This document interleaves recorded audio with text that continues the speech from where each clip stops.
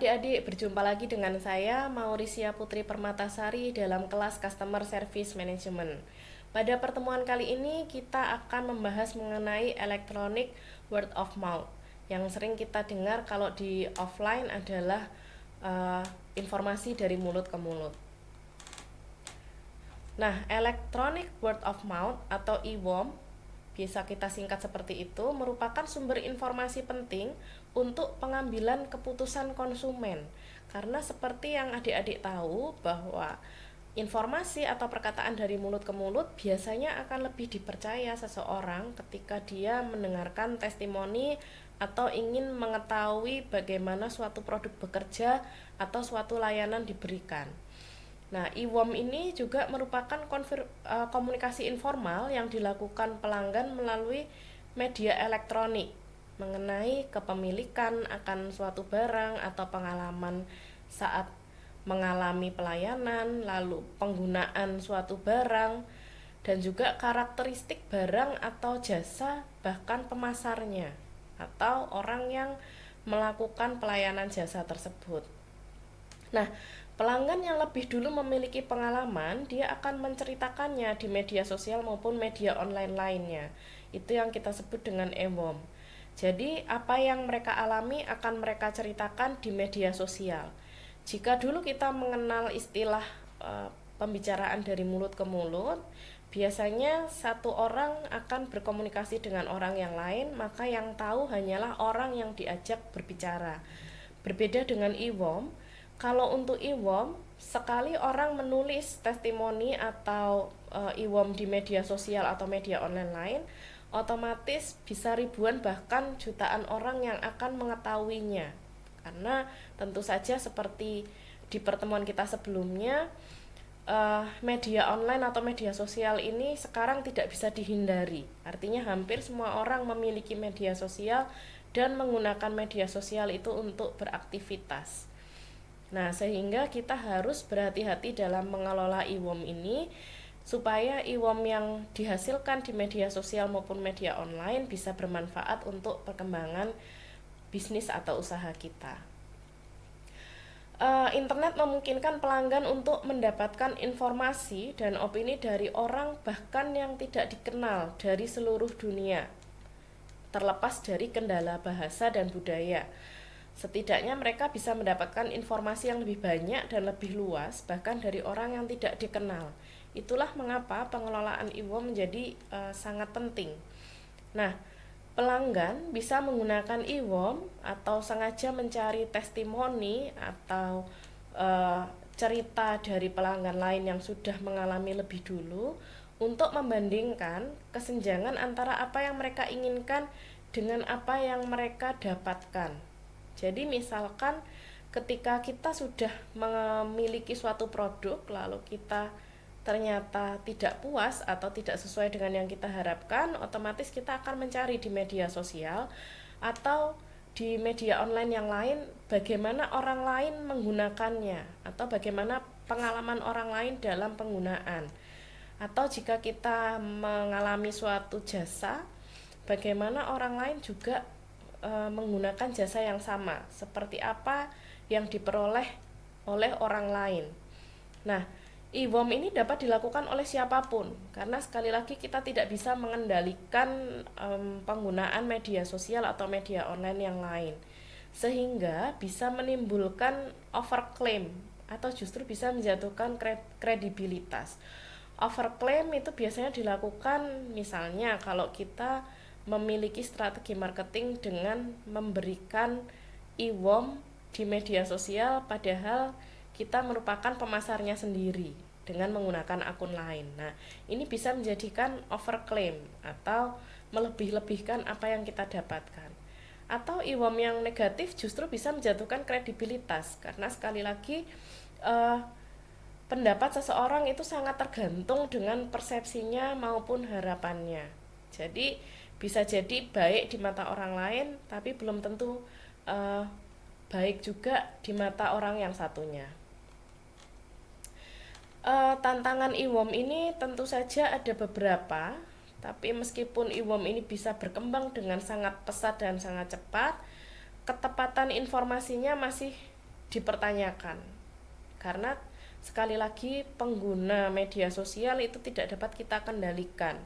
Jadi kita tidak bisa memilih informasi mana yang bisa dimunculkan atau tidak. Kita hanya bisa memilah mana informasi yang benar dan mana informasi yang tidak, terlepas dari persepsi dan pandangan masing-masing orang.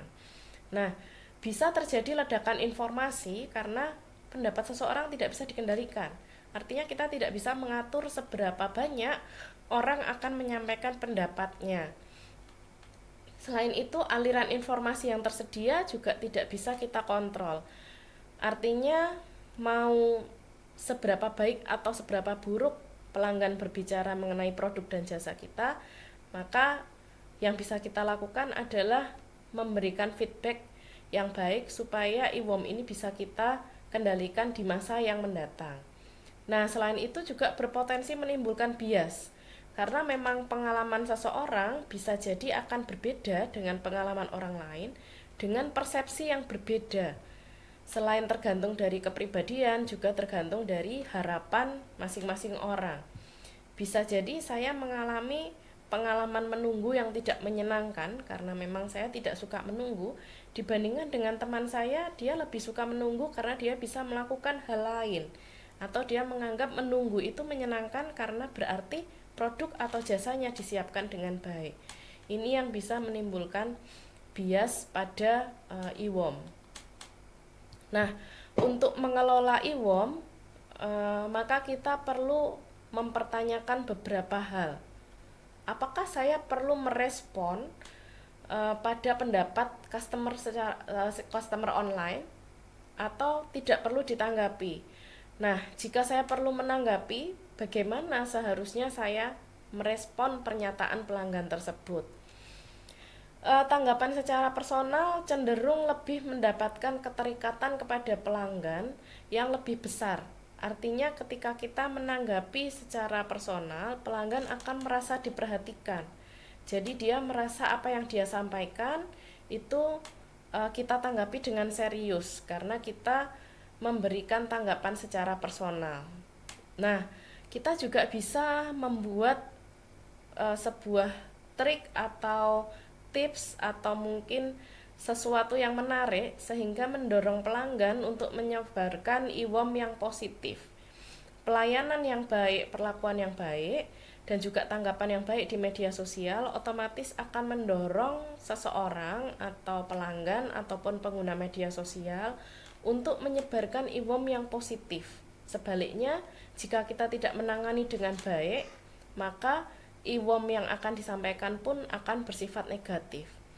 Nah, komentar positif dan negatif itu sama-sama dapat digunakan untuk mengevaluasi secara keseluruhan.